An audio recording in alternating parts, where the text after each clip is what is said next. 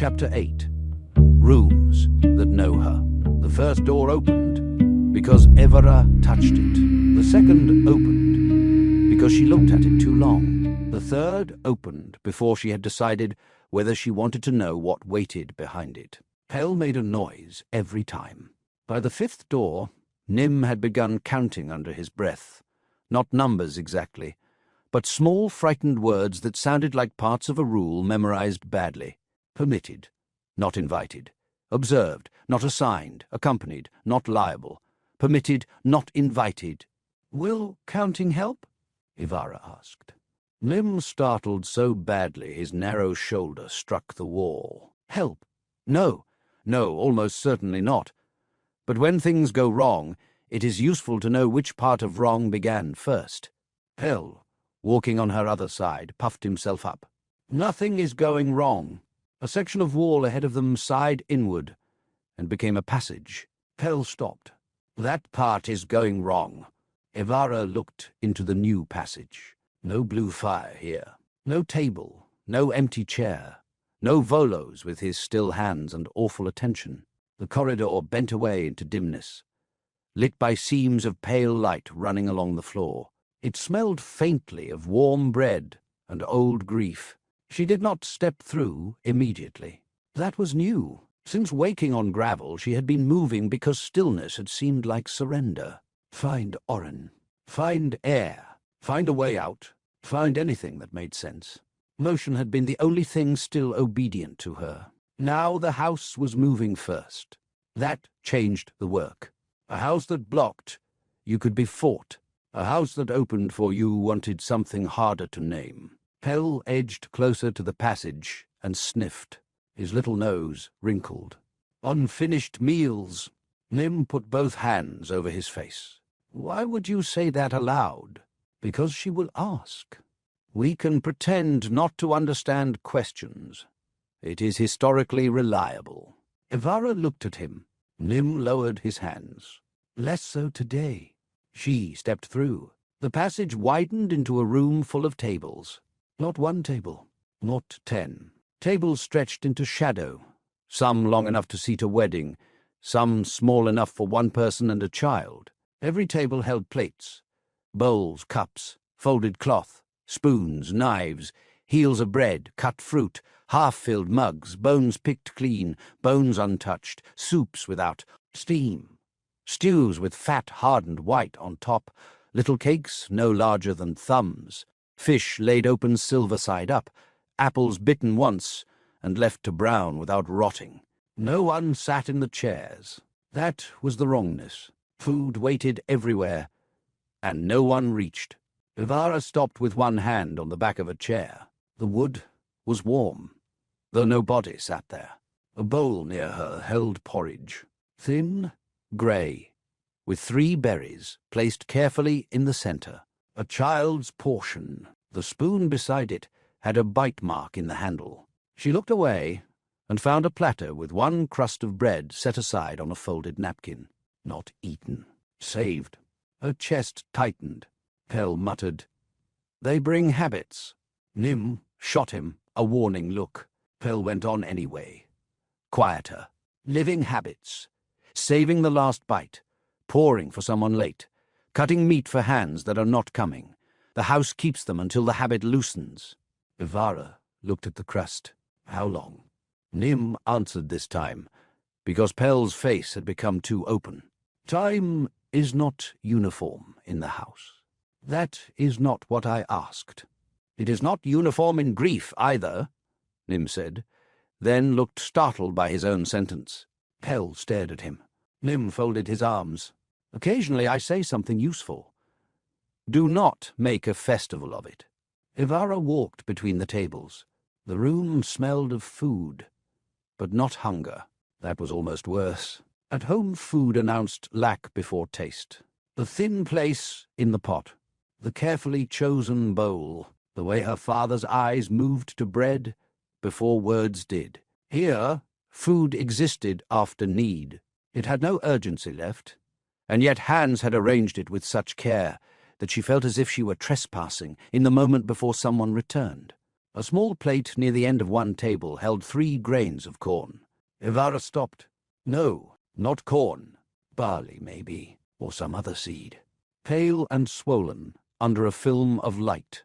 Still, her body knew the shape of hope when reduced to something small enough to hide in a fist. She reached toward the plate. Pell caught his breath.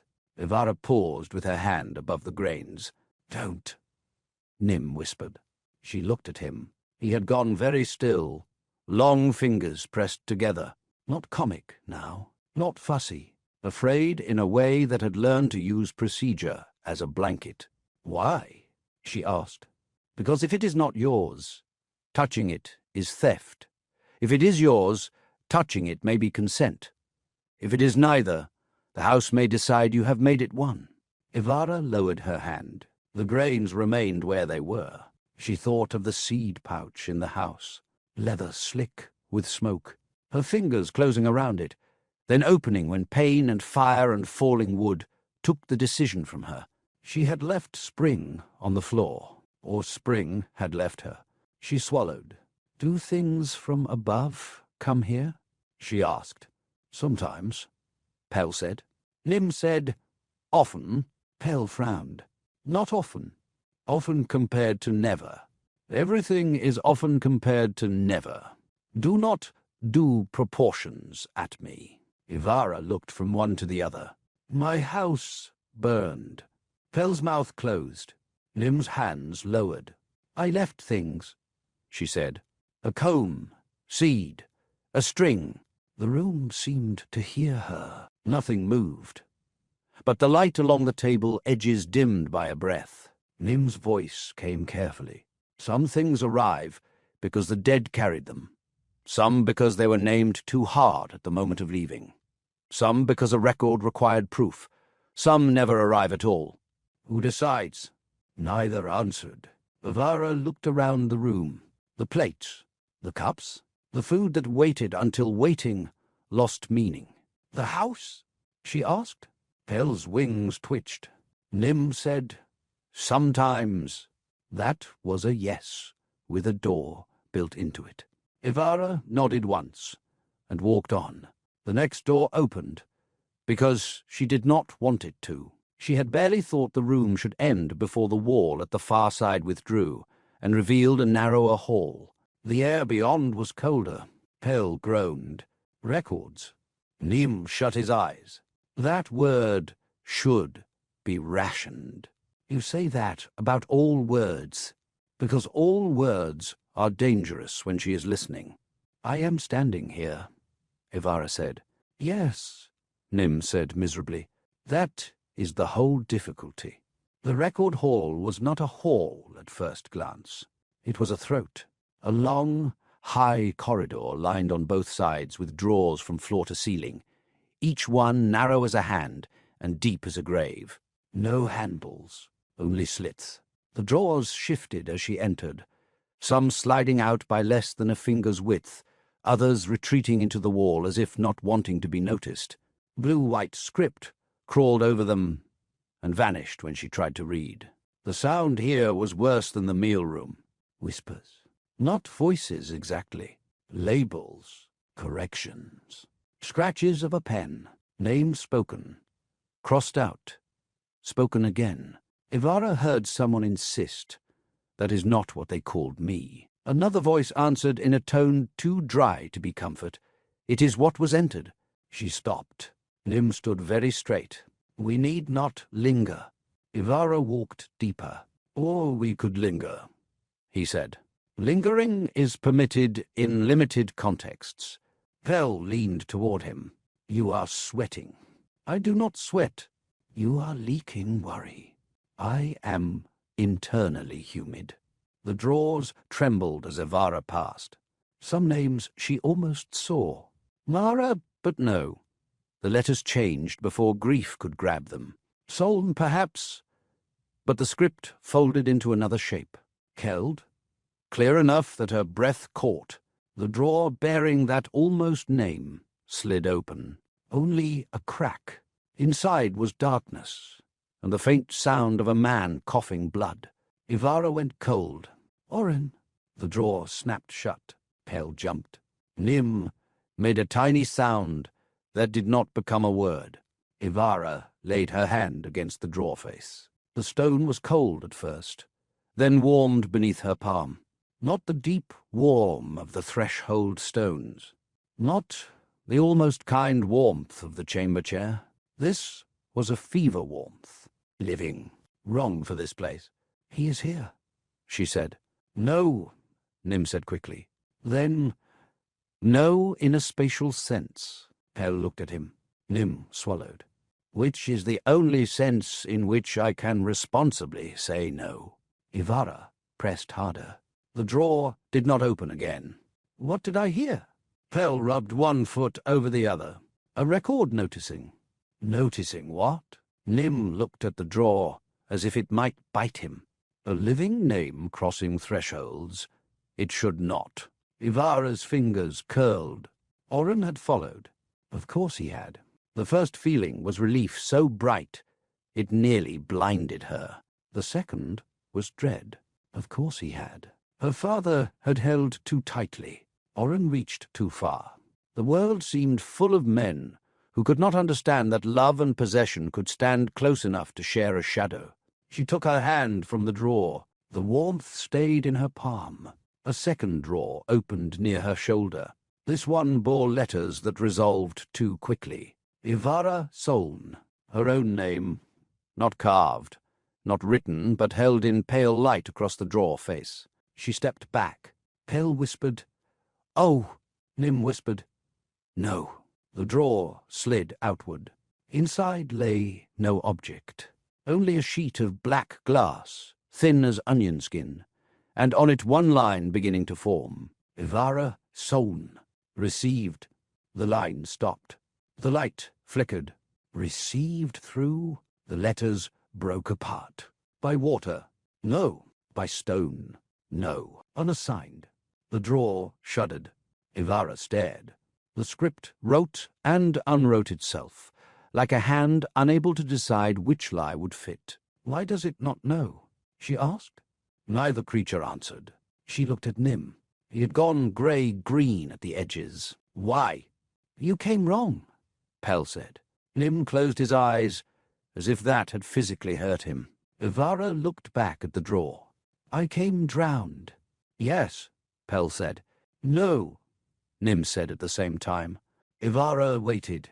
Nim sighed. You died by water. That is not the same as arriving by it. The house received you through stone, or you opened stone before reception, or stone opened because... He stopped. Because? Pell shook his head violently. Nim pressed his lips together. The drawer trembled harder. The line began again. Evara Soln. Received by... Evara put her hand on the drawer. The writing stopped. The warmth beneath her palm spread through the face of it. For one moment the drawer felt less like stone than skin. She pulled her hand away. The drawer closed. Not slammed. Closed, as if relieved. Evara stood there with her burned hand aching under the grey bandage, and her good palm warm from a record that could not decide what she was. I do not belong in that line, she said. Nim's voice came very softly. No? Pell looked at him. Nim did not take it back. Evara turned from the drawer. The hall had changed behind her. Of course it had. The door through which they had entered was gone. In its place stood a smaller opening, framed in dark wood rather than stone. Beyond it hung rows of objects from hooks. Returned things, Pell said, and sounded almost relieved. Nim looked as if he might argue, then decided records were worse. Evara crossed into the room of returned things. This one felt most like an ordinary storage room, which made it the most terrible. Shelves rose in uneven rows. Hooks hung from the ceiling. Tables held trays divided into small squares. Every space carried objects that had outlived hands or reached death before them, or after them. Buttons, rings, knives, pins, dolls, a shoe with the sole worn through, a soldier's tooth, a child's ribbon, a cup with one side smashed in, a lock of hair tied in red thread, a fishhook, a rosary of unfamiliar stones, a folded letter sealed but never opened, a burned spoon. Evara moved slowly. This room knew pockets. It knew shelves too high. It knew under-mattress hiding places. It knew the little things people kept, because throwing them away would make a truth official. She looked for her mother's comb.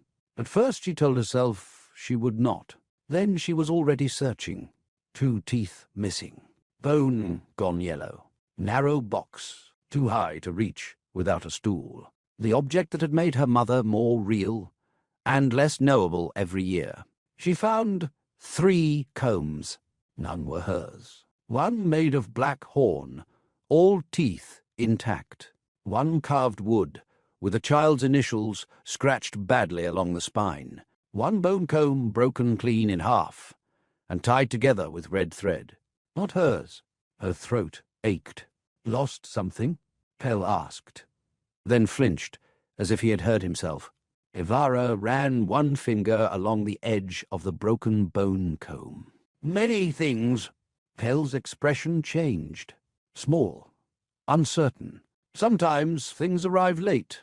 Nim looked at him, surprised by the kindness. Pell noticed. What? Nothing. You're looking. I have eyes. You looking kindly. I was not.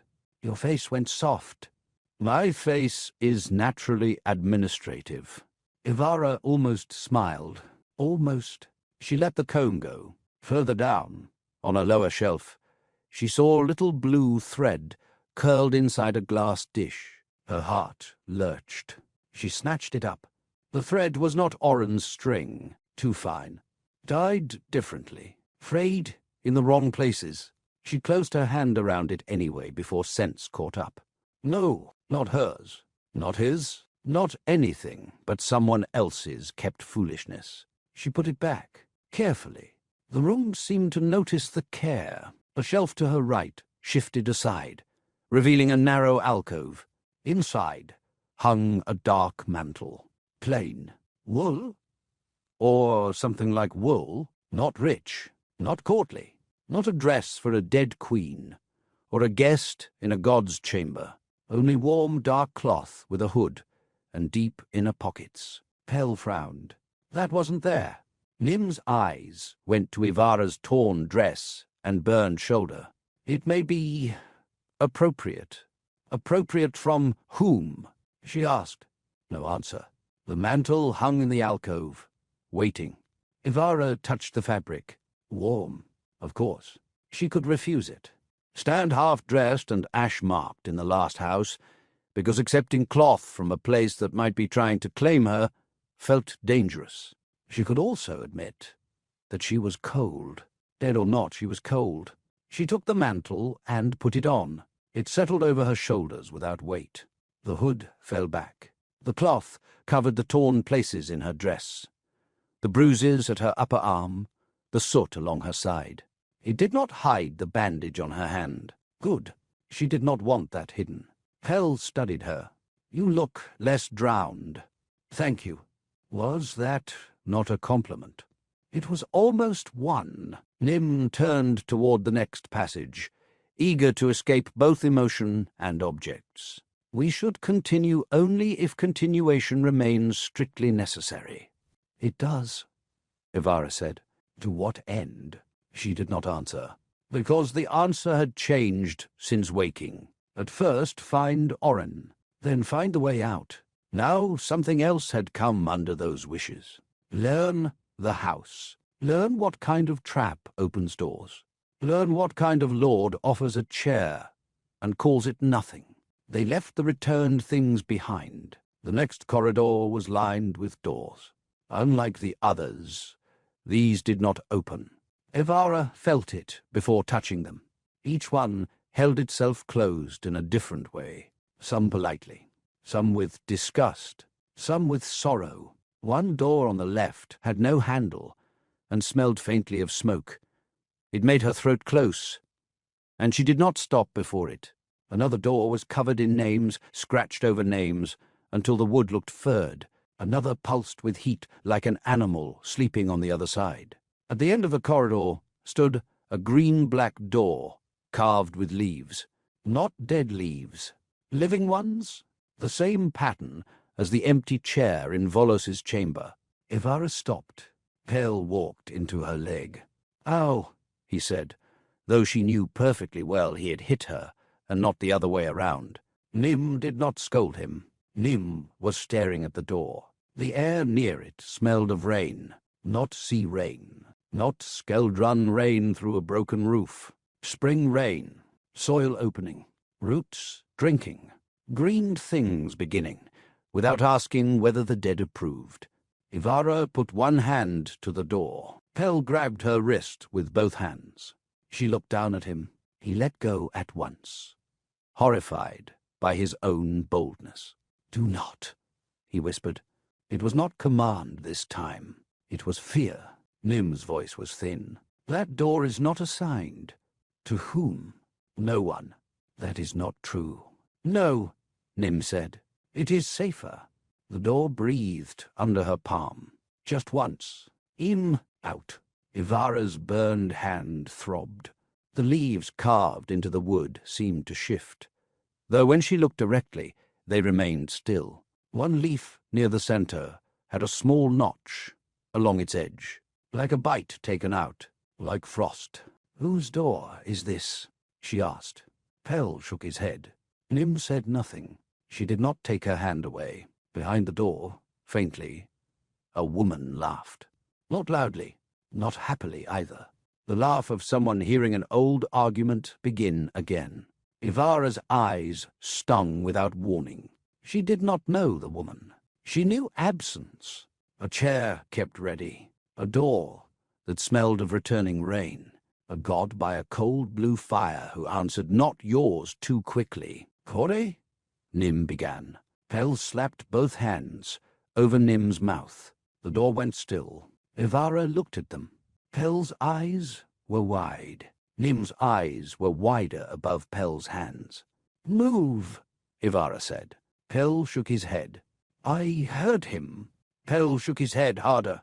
Nim made a muffled sound that might have been agreement, denial, or resignation to imminent destruction. Evara looked back at the door. "Kore," she said. The corridor chilled. Pell made a strangled squeak. Nim pulled Pell's hands down just enough to whisper, "Do not finish names you do not know in houses that remember them." Evara's palm cooled against the door. The warmth withdrew, not offended, careful. She understood that. Careful was not the same as gone. She stepped back. The door did not open. For the first time since Volos had allowed her to walk. Evara was glad. Pell sagged against the wall. Nim patted his own chest as if checking that all components remained present. That, Nim said, was nearly a reportable incident. Pell glared. "Everything is reportable, if you are frightened enough." "I am always frightened enough." "Yes, but you are usually less correct." Evara kept looking at the door. "Does she return?" she asked. Nim flinched. Pell whispered, "We should go." "Does she?" Neither answered. The leaf-carved door stood closed. The smell of spring rain faded. Evara thought of her father, saying her mother had roads in her feet, of the comb too high to touch, of the way a room could be ruled by someone gone, of Volos sitting near a chair that was not hers, and saying return did not spare absence without ever using the words. She had not heard him say that. No, he had not. Had he? The house shifted around her. For one dizzy moment, she could not tell whether the memory belonged to her, the door, or a song she had heard through stone. "Evara," Nim said. He had not called her mistress. Not soul. Not irregularity. Her name. She turned. Nim stood very still, Pell beside him, no longer complaining. Both looked down the corridor behind her. The black stones under Evara's bare feet warmed, not all at once, step by step, like someone approaching from far away. She heard it then, a sound beneath the house's sounds. Not Volos's song. That still moved somewhere deep, holding the dead. This was smaller, rough, a breath caught in a broken throat, a foot dragging, a pulse where no living pulse should be. Evara's hand closed on the edge of the dark mantle. "Orren," she said. The corridor narrowed, then opened, not into the rooms behind her, into Volos's chamber. The house had brought her back without asking. Blue fire burned ahead. Volos stood near it, no longer seated. His head was turned slightly, as if he had been listening before she heard anything at all. The leaf-carved chair remained empty in shadow. The chair he had offered her sat beside the hearth, angled toward the fire. Evara stepped into the chamber. Pell and Nim stayed just behind the threshold. Volos did not look at her. "He is here," she said. Yes. The word should have filled her with joy. It did. It also filled the room with dread. Volos turned toward her then, and his gaze moved over the mantle, her bandage, the warmth still lingering in her palm from record and door. "You walked far," he said. "I walked where the house let me." "No," she frowned. "You walked where it knew to open." Evara's mouth went dry. Before she could answer, the blue fire lowered, not dimmed, lowered, as if bowing away from something entering the house. A sound came from above. Evara looked up. She had not noticed the balcony before. Perhaps it had not been there. Black stone curved along the upper wall, half hidden by shadow. A narrow rail, a passage behind it. Two figures stood there. One small, cloaked, bright-eyed, with the wrong stillness of a thing that wore youth as a joke. Orren. The part of her that knew stories whispered. The other. Evara forgot the room. Orren stood gripping the rail with one hand. No, not stood. Held himself upright. He looked as if the sea had spat him out, and the road had refused to let him fall. One boot gone. One foot bare and dark with black sand. Clothes torn and stiff with salt. Blood dried along one sleeve, fresh red at his mouth. His face hollowed by fever, eyes bright enough to frighten her. He had a bandage on his arm, and blood under his nails. He looked older. He looked younger. He looked like Orren, and like someone who had done something he could not yet survive remembering. Her body moved toward him before she decided. Only one step. The house did not stop her. Orren's face changed. Relief first, then something like shame, then hope, so naked she nearly looked away. She had thought, when he came, that joy would be simple. It was not. She loved him. She was angry he had come. She wanted to run to him. She wanted to ask what his coming had cost. She wanted to touch his face and tell him he looked terrible. She wanted to ask why he had not looked back in the water. She wanted, more than anything, one breath in which no one needed her to answer quickly. Volos's song stopped. The chamber felt the absence. The lord below turned his head toward the balcony. "Orren," he said. The little god beside Orren sighed. "Yes," Orren murmured. "That is about how I hoped this would not go." Orren's eyes did not leave Evara. Her hand tightened on the chair back. Not Volos's chair, the one he had offered her. She heard herself breathe. The sound was small. Alive or dead, it was hers.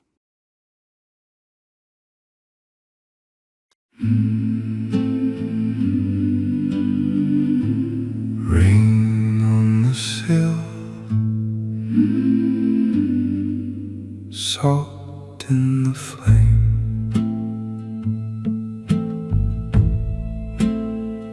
When the door goes quiet and the room lets go, lay the last word gently where the dark runs slow. There is still a road under ash, under rain. There is still a voice trying not to break. Carry the a song through the dark and the foam. Carry the name when the cold calls home. Leave one small light where the lost can remain. I will find you by listening. You will know me by name. Rain on the sill, Salt in the flame. The door goes quiet